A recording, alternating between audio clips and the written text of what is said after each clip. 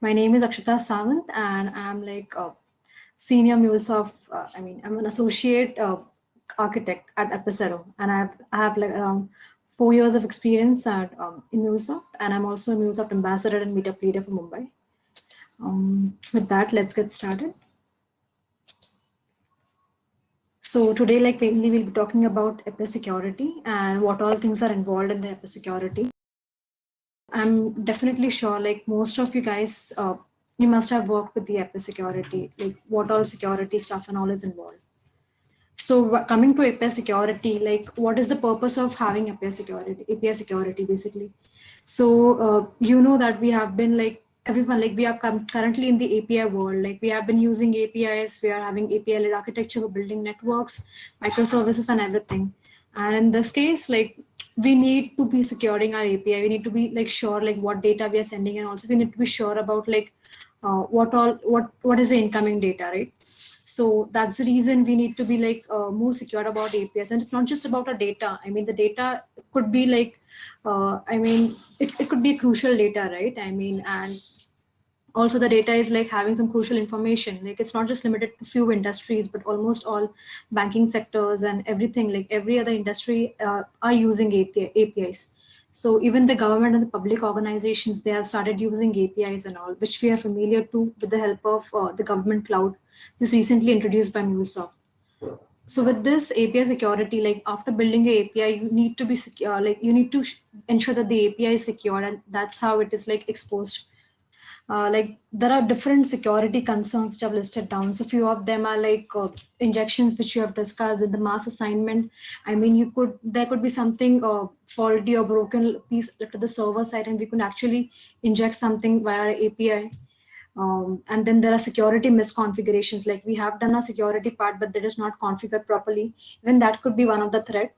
Okay, and improper asset management. You need to be careful, like what part of data has been exposed. Little the better. I mean, you don't have to expose lots of API or the API which are not crucial. So even in our API-led connectivity, we have been like categorizing our APIs, right, using the system layer, experience layers, and all this list, and only system APIs, they are having like actual access to the end system, the resources, and all the databases and all. So that is also a kind of like you cannot say it's a protection, but that's like something you're actually not the other APIs, the experience and process, they're having a limited access to to the backend system. So the developers who are working on the experience or process API, you can say they won't be having much access as the developers who are working on the system API in case if there is a large team. So also the systems are actually like I mean the credentials and all, they will be only present in the system API, and also we can find different ways to secure these things. So definitely Mule has provided many different ways. Um, and apart from this, yeah, we'll be just seeing those things as well, like what all things we can implement using MuleSoft. And this is the broken level object authorization. I mean, the APIs can actually, like the attackers, they could actually manipulate the IDs and all, and they can send a request. Excessive data exposure. So you need to be like actually careful while exposing the data, like how much amount of data has been exposed to the users, to the end systems, and all to the different end systems. So you don't have to actually secure the API which you creating, but also the API which you're exposing. I mean, where you're sending the data. Okay, and there could be lack of rate limiting and the lack of resources rate limiting. Basically, like there could be this could lead to DDoS attack. I mean, there could be large number of attacks, and then your application could become like it could just become inaccessible maybe.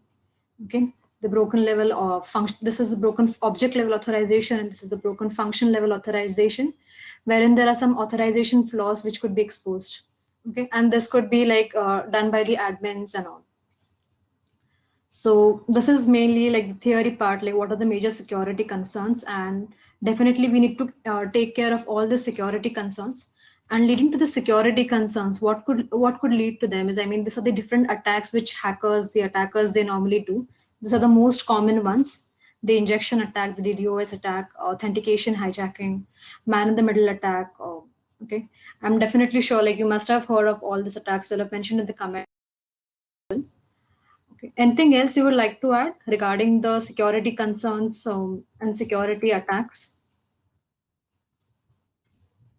So this is what they say. I mean, by 2020, API abuses will be the most frequent vector resulting in data breaches. This is said by Gartner. So this is the security topology given to us, basically the architecture which is given to us by MuleSoft for securing. So the main part, like the main component where we actually secure our APIs is the API manager. Okay. So API manager is actually the place where we, what we can do is like we can actually have an asset. We can create an asset for an application, and that's where we take care of, like, imagine having different proxy APIs and all to manage like each and every applications. So that will be like, it will be actually consuming your worker, exactly one worker for a one application. So that would be like a too costly affair. So uh, that's why MuleSoft has brought it under one roof. I mean, we have an API manager. This is like one place where we can actually like manage all the APIs and all. So here, if you can see, there could this are the client, the basic endpoint which has been exposed, right? So instead of basic endpoints, we could be also having the proxy endpoints. Okay, and we'll be seeing the demo, but like how it is. This is the API manager, and this is the API gateway level, which we'll be creating, and we'll be creating an asset for a particular application. Okay, and then the API which is deployed in the backend. So deployed in the backend in the sense that the runtime manager. So there will be an interaction with the API manager, the API gateway we have created, and the backend API. And this interaction will be via API auto discovery ID. I mean, that is the ID which actually connects your application with the API gateway. Okay. So whenever there is a request which is being sent, so suppose this is an external entity and you're sending a request to your API manager via Postman or via external world, if the requests are basically coming. So the first place it will be like the request will be coming is at the API gateway level. It is something like a gatekeeper or a watchman, you can say, of your building, which will be like doing the initial check, and then it will be allowing the request to the backend API. So that's how we ensure that the security has been persistent. So if we are clear with this topology, this is a very basic one, which I guess we all are aware about. So let's move on to the next. I mean, this is how the entire dashboard and all looks like. And then, oh, There's yeah. a question, Okay, sure. Where do we implement the message level security at the rest or during the transmission in this? So if you want to implement the message level security, I mean message level in the sense, if you want to secure messages, so that you can do at the application level. I mean using some PGP encryptors and all, or also I mean if you want to encrypt some payload, the incoming data and all, so that can be done at the policy level as well. So we'll just go through different policies which we have, MuleSoft provided policies, and maybe you can just see like what is actually your use case, where you want, like what type of message you want to protect. Okay. So going to the MuleSoft, so we are in the API manager. So in order to create an asset, so what you need to do first, you need to get your, I mean, I have already developed an RAML, and I have deployed it to this thing, a design center and the exchange as well. I mean, it's on exchange. So I will be managing my API from the exchange. I will be just creating.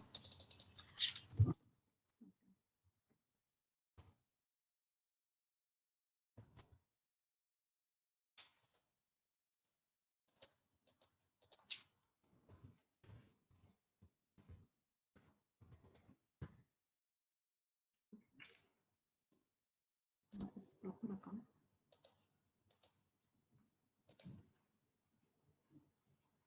Sorry.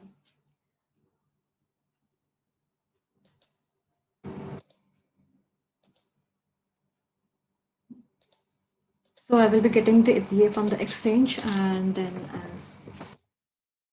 this is, sorry, this is the Acme one. I forgot the name, and then it will automatically populate everything.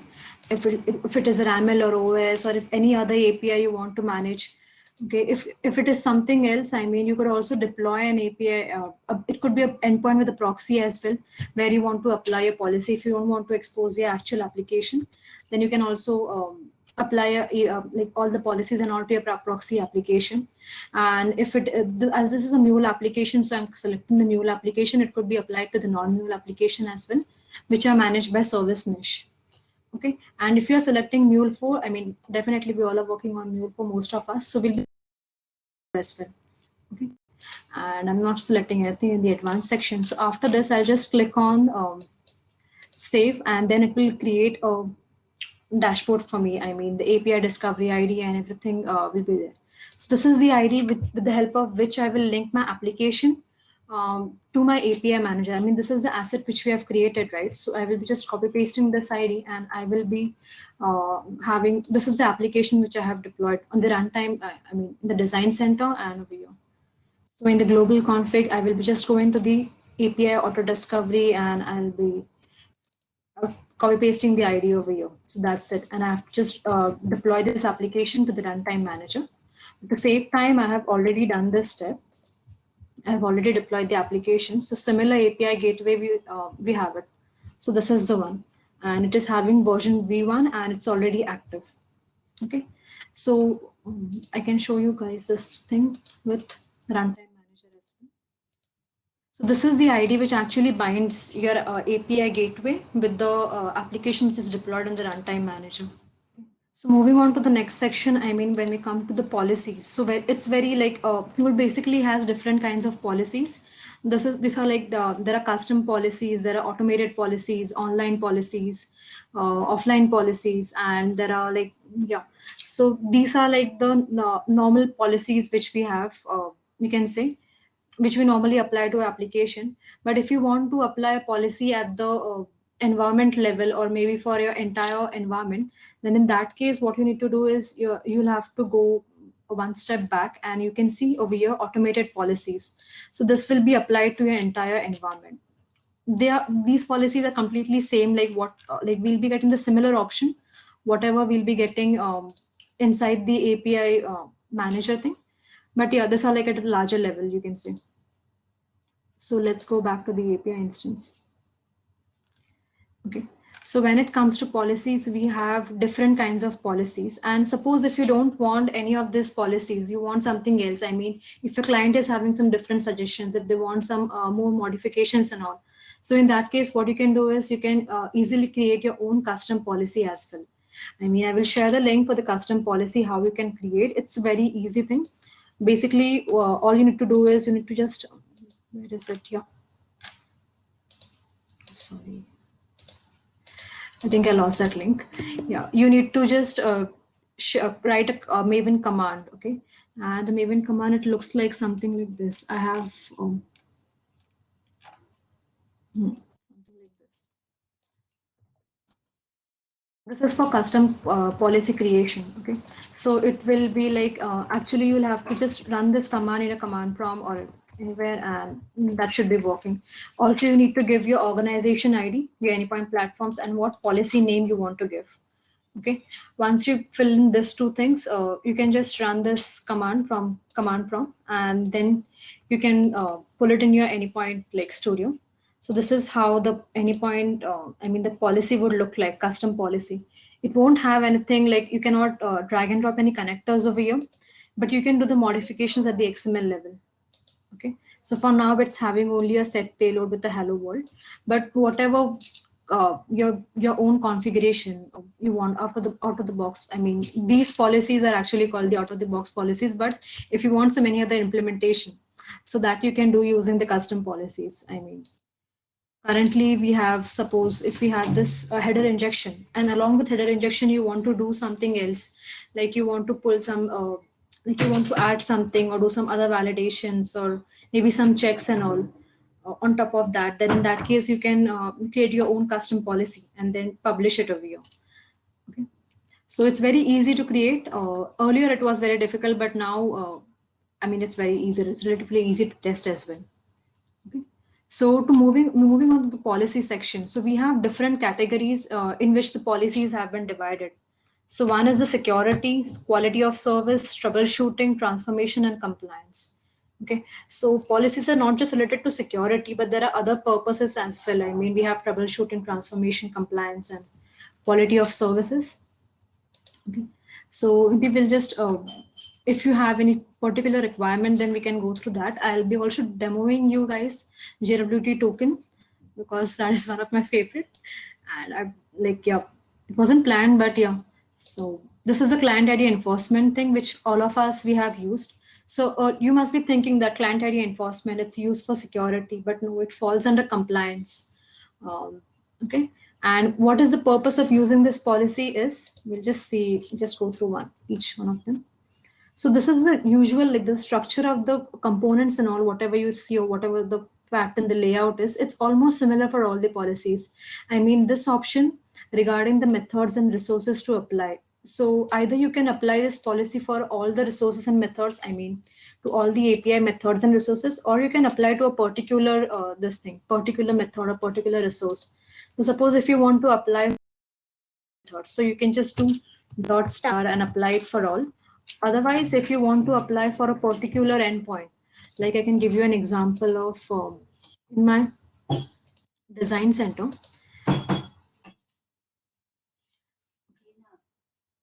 So suppose in my design center, any questions meanwhile? What set of policies are recommended? There are no particular sets. I mean, basically, you should be having one authentication and one authorization policy, or maybe a secure compliance policy, which is normally we use this client ID enforcement, right, as a compliance policy. Yeah, so there is no particular order. It actually depends on your security level. If it is something like very highly secure data, or I mean, if too much security is needed, then you can go for a larger level security.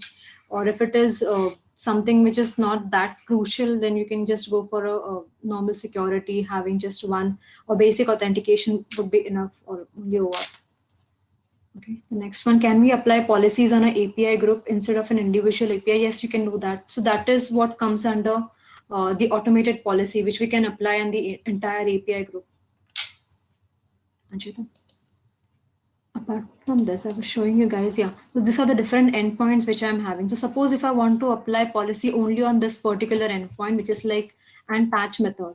So in that case, what I'll be doing is I'll be going over here, I'll be selecting patch only a particular method, and I'll be like writing the endpoint. So this is the URI regex pattern, and you can also see the resource preview mapping.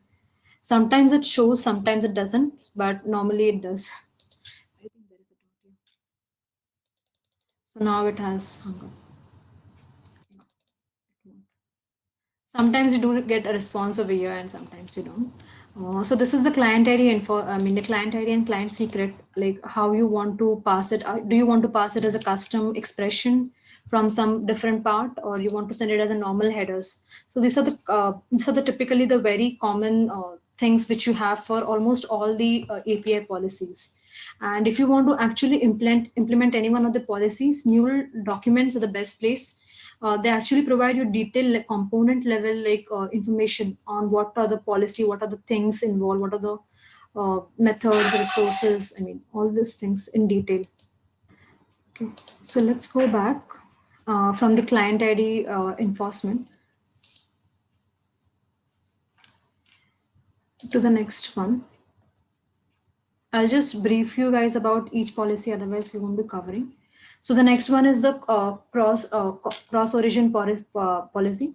Sorry. So this is mainly used for securing the web. It is mainly for the web-based security. So suppose if you're getting request or maybe some cookies and all from some unknown entities, and so your application won't be allowing to them. So in order to allow them, allow the request and all, you're actually allowing them. So you'll be using cross-origin policy. So if you're suppose getting a request or a hit from, I mean, some external entity, unknown external entity is hitting your application, it's sending a request to your application. In that case, you'll be using the CORS policy.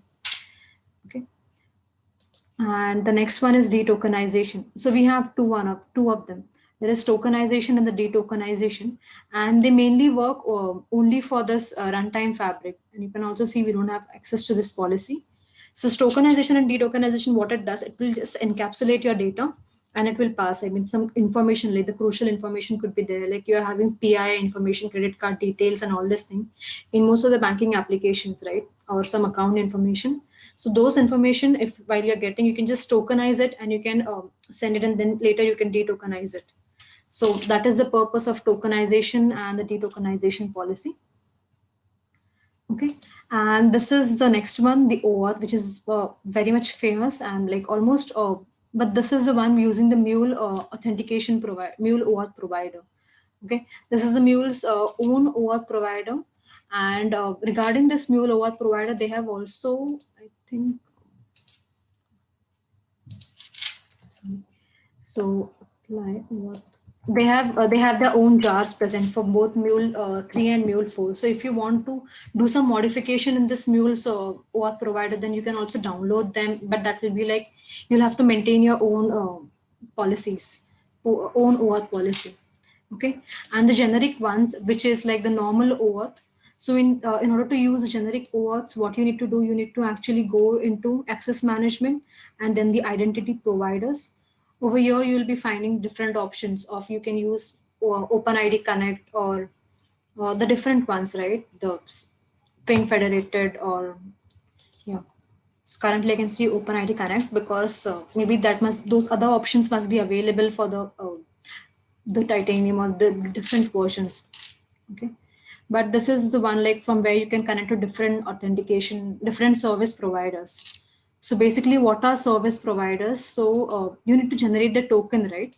And suppose this is my API, so I'll have to send a bearer token or whichever token it is, which will be like validated because we are not maintaining all the usernames and passwords, right? Some third party tool will be validating my token. So in order to validate this token, I need to be having some third party tool. It could be like Google, Facebook, or normally these things are also, I mean, we generate token using Auth0 or um, Google or as well. There are many things which like generate tokens for you. So you have to give those URLs and all everything. Yeah, the access token validation URL. But this is the one which is for the Mule authentication provider. So this is the Mule will be providing you the tokens and all. Okay, this is the internally managed one. Apart from this, yeah, there is header injection and header removal. So suppose if you want to add some of the, I mean, currently you're having your headers, which are like part of your attributes, right? So if you want, if you're adding some token or anything, like you can give any variable, whichever you want. So this is like the inbound header map. So this will be appended in your header section at the starting of your application. I mean, once the request is sent to your application, at that point, this header will be injected in your application. So I could be sending something like I could be sending some static value that is completely fine, or it also accepts data view expression. Okay, something like this is something I've been using, and that's how it's like coming. So yeah, I could be using this. I can add multiple headers in the inbound as well as the outbound section, and the similar thing applies here as well.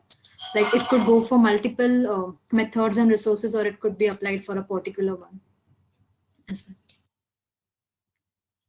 So apart from this, any questions until? Yeah. Are there any custom securities? If yes, how to implement? Yes, there are custom securities. The one which I've told you about is the custom policies. I'll just send you the link how we can implement them. This is, yeah, it's very easy to implement. This is how the application would be. So yeah, this is how it would be. So what you can do, there is a trick. I mean, you can just create a new application. Suppose this is my application which I have, and I can just add a new file. I can just add a new this thing flow and all over here. I can develop my entire application, entire flow over here. I can get it tested, and then I can just go to configuration XML and just copy paste that flow part. And drag paste it over here because this won't be having the message or the flow component, right? I mean, earlier it used not have, but currently I can see. Yeah, I am able to drag and drop. So I think it works. But previously, when I was using custom policies, they were not having. They have made this improvement. So I'm lacking, sorry. Yeah. Apart what are the next questions? What security policies are applied to the system layer and what are applied to the process layer? Normally, we do not apply any policies as say at the system layer, or I mean, if you want to apply, you can do it because normally what happens, your process APIs will be the one who will be calling the process system APIs, right? So the system APIs will basically be called by the process APIs, and then the experience APIs is the one who are going to call the process API. So the topmost layer, like in my project, what we have is we have process APIs. We do not have experience APIs. So we have applied all the policies whichever are relevant, at the process API itself. This is the one which is being exposed to the end systems or the web applications. So there is nothing specific as such, but you can also layer your application with different policies at your end, like as per the requirements, whatever they are. Or if you want, you can also go for TLS at the HTTP requester layer, because normally how you'll be calling your system APIs, it will be via the request component, right? So at that part also you can apply some policies, or yeah, you can do something for the header levels as well, so that the headers will be used. So how are we generating the client ID and client secret? So when we apply the basic authentic, so for client ID, client secret, what happens? It's a compliance based policy, right? So suppose if I have an API, so sorry, let me design center level. So I'll actually request, like, the basic purpose of client ID client secret is a compliance level. Suppose if I'm having multiple environments, you can take an example, okay, dev, test, and production environment, and I'm having access only to dev environment, and I'm having client ID client secret to those environments. But if I try to, like, I'll just try to like recreate the URL, and I'll just try to access the test APIs and the production APIs as well. But I'll be denied the access because I won't be having the client ID client secret for it. So in the at the design center itself, you'll be like requesting access. Not in the design center, sorry, in the exchange, you'll be like requesting the, you'll just there will be an option, okay, to request access to API, and from there you'll be getting the client ID client secret, which you can save this. The next is this header would be a part of payload. Yeah, this will be a part of payload. I can show you how it works as well. We can apply it in the demo part.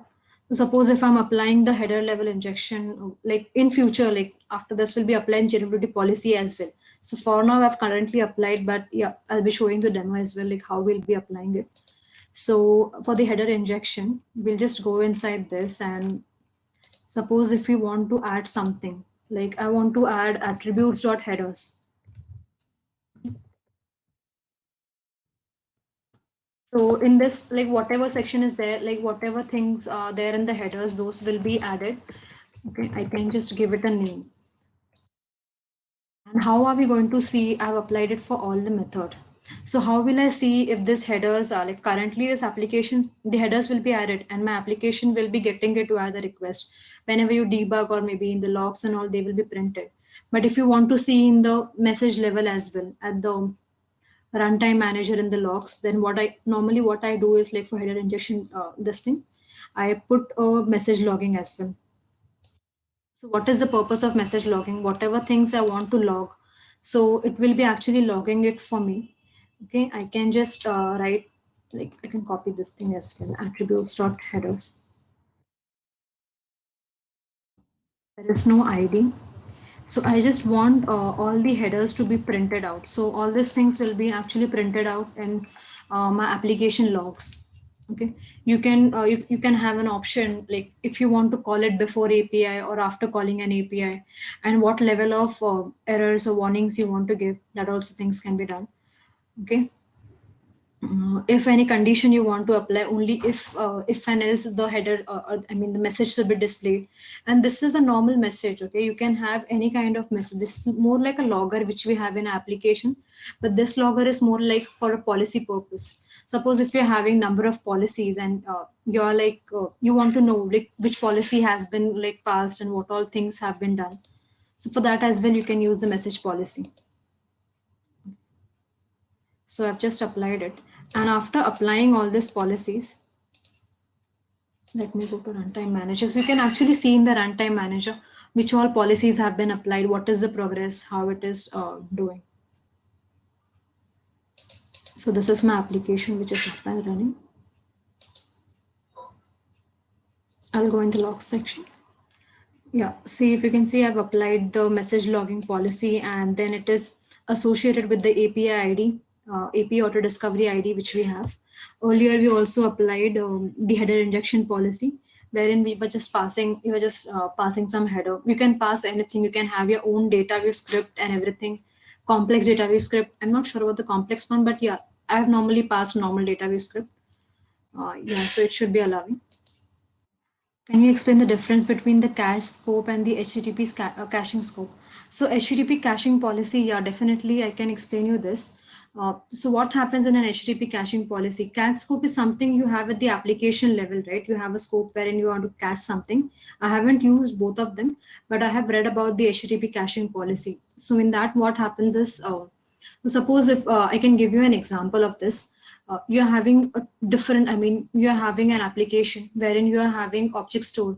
So what is the purpose of caching policy? If you're having some data, it is for faster access, right? Either there will be cache hit or cache miss. These are the basic concepts. So suppose if I'm storing some key value pair in an object store, okay, and I'm applying caching policy. So what will caching policy do? It will first check in the object store at the key value pair if they are present or not. If they are not present, it will be a cache miss and it will cache the data. Okay. If it is present, it won't be caching the data. Something like this. If anyone else has used the caching policy, I mean the cache scope as well, maybe you all can answer better to help Dheeraj. Yeah, okay, I'll apply it from here. So we are done with the header ingestion, header removal. So basic authentication is it's a very basic one. I mean, you'll be just having a username, password, your own. I mean, it could be anything, and you need to pass them. So when you'll go into your Postman, so you will be having over your basic authentication, wherein you can pass your username, password.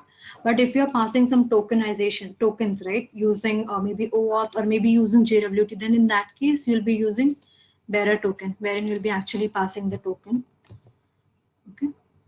HTTP caching is the one we recently just discussed. IP blacklisting and whitelisting. You can of the IPs with the help of IP blacklisting, and you can allow some of them with the help of whitelisting.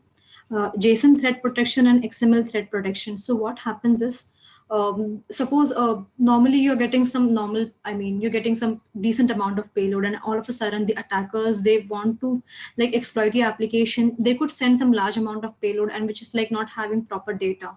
So that could actually, I mean, if you are ever sensing a huge load in the data incoming request, so that could be saved with the help of JSON web protection or JSON thread protection or the XML thread protection. So in that case, you can actually limit the size of your request and all. What will be the depth of container? See, I mean, normally JSON is like the nested structure, right? We have, and it could be easily, I mean, it's very easy to send malicious things or stuff via it. So that's why it is allowing like your maximum JSON depth should be something this much, or the length of it should be this much. And what are the number of objects which we are like permitting your request.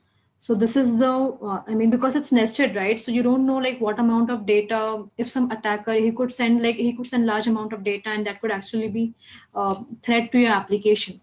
So in that case, we normally use JSON thread protection. And the similar to JSON thread protection is XML thread protection as well. We have that one. Okay. Apart from this, yeah, the next one is the JWT token. We'll be just doing a demo on this. Let me cover up the rest. So basic authentication is similar to the basic authentication we have over here. This one is simple and this one is the LDAP one. LDAP is normally like it's actually storing, it's a lightweight database. You can lightweight directory, that's what they call it. And there you can actually store your key value pair. So whenever you're sending the username password via this thing, right? Via the basic authentication. So it will be actually matching this username password with the directory which we have. So in this case, the performance is actually reduced. It becomes a bit slower, but then that's something they use. It's one of the policy. We have seen message logging. Then there is rate limiting and rate limiting SLA based and spike control. So can anyone tell me the difference between rate limiting and spike control? Earlier, we used to call spike control as throttling as well. Spike control will queue the message. Yeah, spike control has the queue and rate limiting will ignore. That's correct, Abhishek and Vijay. So I'll just show you. So if your API is getting large number of requests, okay, and if your API is not, it doesn't have the capacity, it has already passed the threshold value. So we'll actually set a threshold value after which it will start rejecting the request. So suppose if the maximum limit quota, you can like accept something 1,000 requests per one unit. You can also decide the unit what you want, 1 minute or 1 second. And after 1,000, if there are like more than 1,000 requests coming in that time period, it will be directly rejecting the request without saving it. Okay, it will be straight away rejecting. So we are saving our API from the DDoS attacks and all, the wherein we are actually like, or any brute force attacks, like there are no large number of requests and all which have been sent. So we are saving our API in that case. Yeah, so for we can also apply to it one of the particular this thing, like and which of the like which of the parameter or anything in query parameter you want these things to be applied. Okay, even that can be added over here. Apart from this, like how different it is from the throttling. So in case of throttling, it does the same thing. I mean, not the throttling one, the spike control. Earlier it was called as throttling, now it's spike control. So what happens? It will actually queue your request. Suppose if you have passed the threshold limit, which we have earlier said of 1,000 requests, right?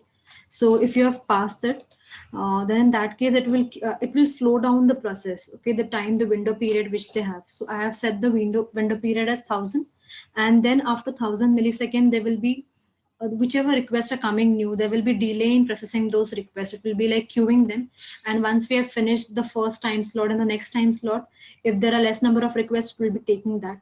Okay, and then it will be also checking the delay attempt. But if suppose if in the next slot as well we are getting again 1,000 number of requests, and if there are extra requests, then it will be taking those requests again.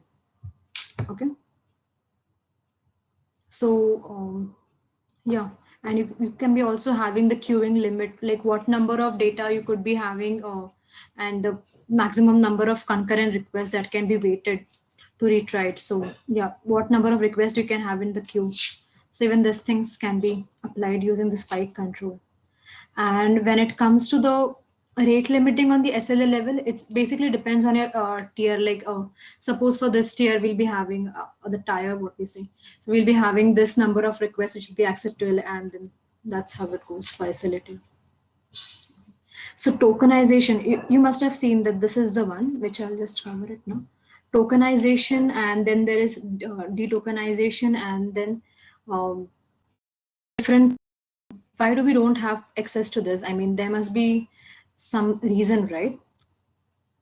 Any idea why? I mean, we must be like, we'll be definitely having a different account, like a gold, silver, platinum, all this account. But what is special about this tokenization and all? It also falls under the Anypoint security component. So before moving to the JWT demo, let me just go through this thing, because we shouldn't be like we have less amount of time less. So this is how we apply the policy and all, and these are the different policy categories: compliance, security, quality of service, transformations. I think there is one more thing, it is logging, okay, which I'm missing over here. And apart from this, the policies, we can apply the policy for a particular resource, the resource level. I mean, that also we have seen for a particular method or a particular endpoint, basically. And what are the different policy types? The default policies, one which we can apply for all. The automated policies, the custom policies. Online policies are the one which we can manage easily on the endpoint manager, and offline ones are for the on-premise and all those applications, okay, which we are not managing with the help of API manager. We have to manage it on our own. So these are the different policy types, and these are the different policies. I've just written brief about them. You can get like a good document on the MuleSoft docs part, I mean doc side. So JWT and all these policies have been listed down. So what we are talking about is the Anypoint security. So when it comes to Anypoint security, this is something new which has been introduced by MuleSoft, and it is only applicable for the runtime manager. So in this Anypoint security, right, we have tokenization, we have edge policies, and there is one more thing which we have. Just a minute. Yeah, this is how it is applied, and this is the architecture of it. So this is the runtime fabric, Okay, and we have the endpoint security. I mean, suppose if this is only applicable for the runtime fabric, no, for no other things. So if you'll just go and actually see the endpoint security, this is how the architecture, and we have secret manager tokenization and the edge policies. So what are edge policies? They are nothing but the similar policies, but this is something which comes with the runtime fabric package. You're not going to apply this for your normal thing, but the policies, they are almost they are the same. Okay, whatever policies we have seen before, so the similar kind of policies we have. Okay, and they will be much more in depth. Apart from this, when it comes to tokenization, you can actually you can actually encrypt your tokens, I mean your data which is there. So this is the one which is used for PII information, your credit card details, the net banking, all these things may be very high crucial details which are there. And the secret manager, it's more like a vault kind of thing, which where you can actually save your certificates and all your TLS certificates, your whatever kind of secret informations you have related to APIs, you can store in the secret manager. So this is something just newly introduced by MuleSoft. And these are the features of it. Yeah, the tokenization, the edge security, and machine to machine protection. Okay. So moving, and apart from this, yeah, these are the core capabilities of Anypoint platform. Like apart from this policy, these are not the only one. Apart from this, we also have HTTPS connector and the encryption module. Okay, inside the HTTPS connector, we can configure TLS. Okay, we have the encryption processor, like the PGP encryption and all those things. The entire we also have the cryptography module, but that is something different. But yeah, we have seen PGP encryptions, and there are different kinds of encryption which are available with MuleSoft. And yeah, there are digital signature providers, credential vault, security manager. This is something which you can do for the message integrity on the Mule runtime. The previous one was for, this one was for the message confidentiality. Okay. So moving on to the JWT part, like I'll just show you how. So suppose if I'll go into this, I've already applied JWT policy. That's why it's not allowing. So I'll just delete this thing.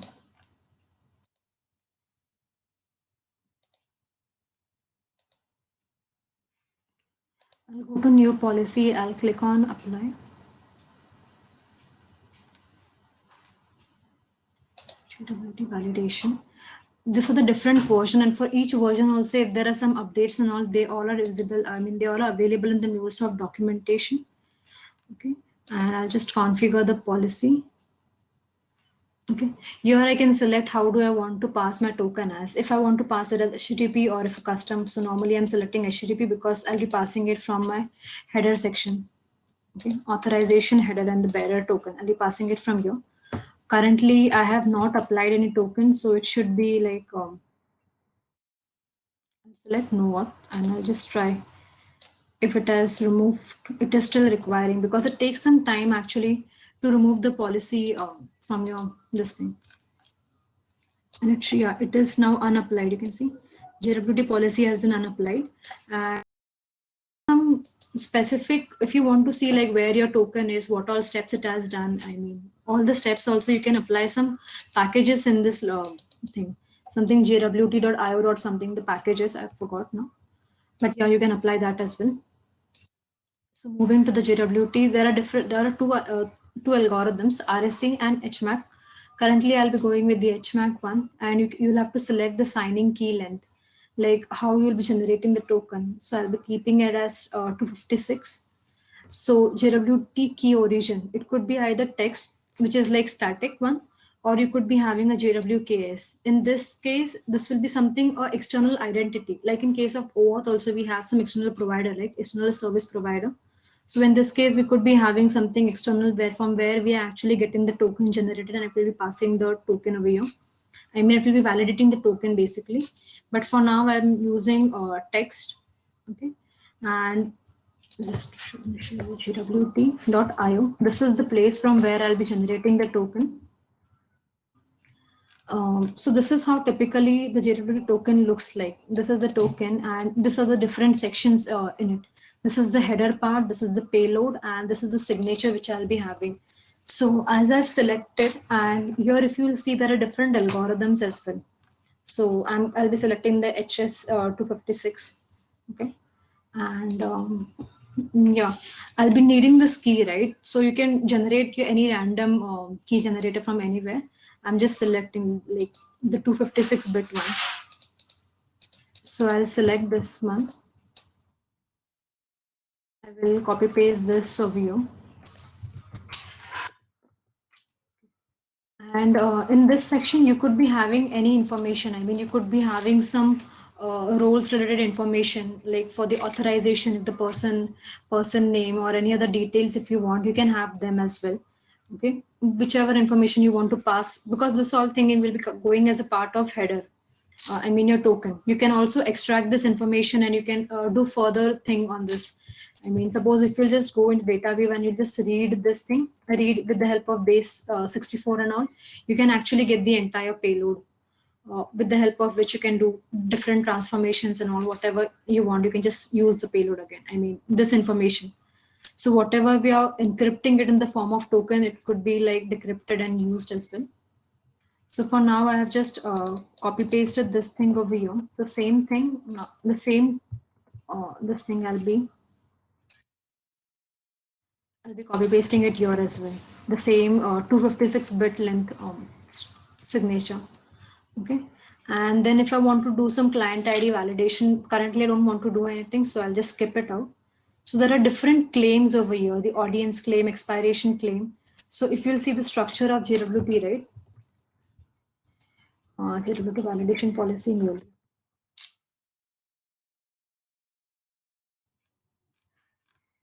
So this is how it is. There are the different signatures and all which we have, which are the different algorithms which are supported. Okay, and there are different claims: the audience claim, expiration claim, and NDF claim. Okay, so it will be like sent as a part of your this thing. Your security team must be like, if they want to validate all this thing as a part of. Currently, we don't have. We just have sub name and ID, but there could be something called as like audience as well over here. Okay, uh, AUD and all, and it could be some URL, and you want to just validate all those things. So that could also be a part of your payload, and these are like something claims. So if you have seen over here, you can just validate this claim, like if those claims are present. So whatever value I'm sending, so that value should be over here. I mean, this value should be a part of my payload as well over here. So it will validate it. But normally I'm like, now I'm not sending anything, and I can also do it for a particular method. So this is it. Let me see if the policy has been unapplied. Okay. I'm getting this headers because of the header injection policy which I've applied. My application is not able to handle the headers currently. So I'll just pass something static,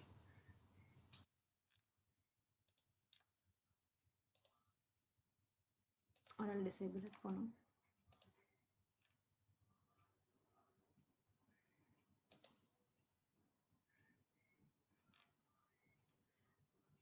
Alexandra, I hope it's okay. I mean, you just have 2 minutes. I won't take more than 5 minutes. And any doubts if anyone is having. So we are doing HMAC 256, and then text. And this text will be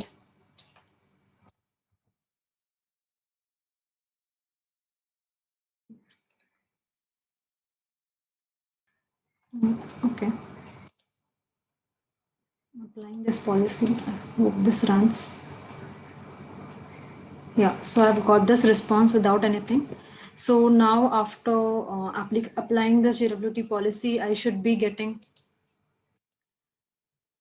I mean, it should be giving me an error that policy is required. Let me see if the policy has been applied. Yeah, it is still not applied.